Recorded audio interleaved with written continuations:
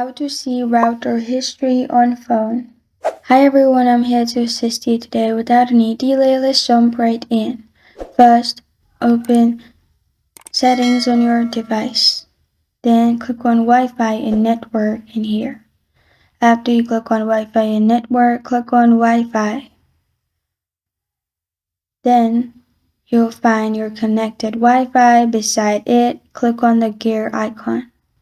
After you click on it, in here, click on Advanced. Then scroll down and hold on to IP address. After you hold on to IP address, click on Copy in here. After you have copied your IP address, open Chrome and paste your IP address in your search bar. Then simply click on Search, and in here you'll be able to see your router history by clicking on Diagnostic at the top.